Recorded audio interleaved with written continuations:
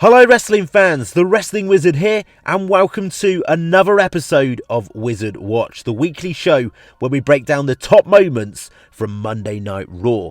Now, we did not get any Bray Wyatt QR codes. There was this rumour going round via certain dirt sheets that it was in the notes of Raw that there were going to be these QR codes. There were not, and to be honest with you, I don't mind it.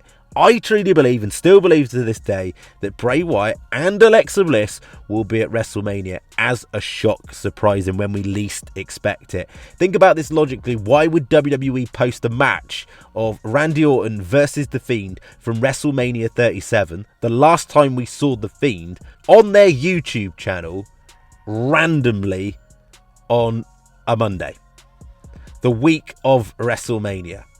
When we don't think Bray's going to be there, I think that's when he shows up, because it'll be a shock, it'll be a surprise, it'll be brilliant. Now, we saw Bobby Lashley, which I thought was interesting on Raw, in a brief segment, a comical segment with Elias, because Elias basically said he was locked in to win, and then Bobby Lashley delivered the line, "So you're locked to win it, are you?" And you can guarantee from that Bobby Lashley is going to deliver the Hurt Lock on Elias in the Battle Royal. And I do believe that Bobby Lashley is going to be the victor in that, but I also feel that LA Knight is going to be involved in some capacity too. Also, I did find it quite funny that they had a list up on the door of the participants for this Friday's Battle Royal, and every time I see a list, I can't help but think back to the list of Jericho. I don't know why. Now, next up, we got a short, sharp, sweet promo from Fin Balor, or should we say Demon Fin Balor, because there were certainly flashes of Demon Finn. And it was a great little response to Edge's promo last week, and he said, "There is nothing more dangerous than a caged demon." I love that line. And also, I don't have to summon my demons because they're always with me. The demon is always with me. It lives within, if you look closely enough. And again, we're going to see, surely, Demon Fin Balor at WrestleMania against the Brood Edge.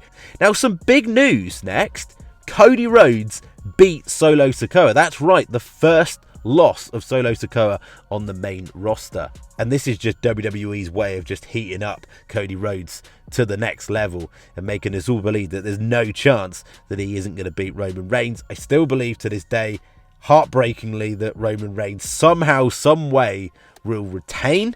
Now, I'm neutral. I'm a fan of Cody and Roman, so I'm not particularly bothered who wins, because I like them both, and I'm sure there'll be a reasoning behind whoever wins. But also bearing in mind the fact that a certain Viper, Mr. Randy Orton, is allegedly going to be on the WrestleMania card, or there at the very least at WrestleMania. Bear in mind he has history with Cody Rhodes. Bear in mind he has history with the Bloodline, of course, losing the tag belts alongside Riddle back in May of last year, and Roman Reigns costing him and getting involved in that tag match. Who knows? Maybe Orton appears in a tag match. We'll have to wait and see.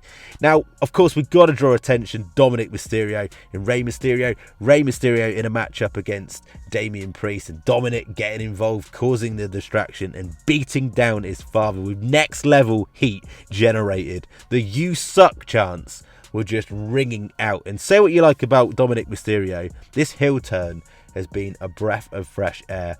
He is getting next level heat, and it's just worked, and it's been such a good build going all the way back to Clash at the Castle. I'm digging it. I'm looking forward to the matchup between the two of them, where I hope Rey wins. Now, next up, we got to draw attention to two devastating curb stomps that Seth Rollins delivered to Mustafa Ali.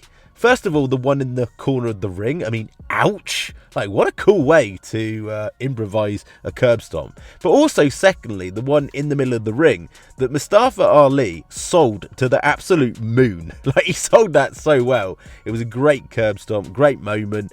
And of course, Seth on the mic, fired up, making the point that it will be Logan Paul's birthday on night one of WrestleMania, when seemingly those two have the matchup on night one against one another. But talking of birthdays, do you know whose birthday is also on April the 1st?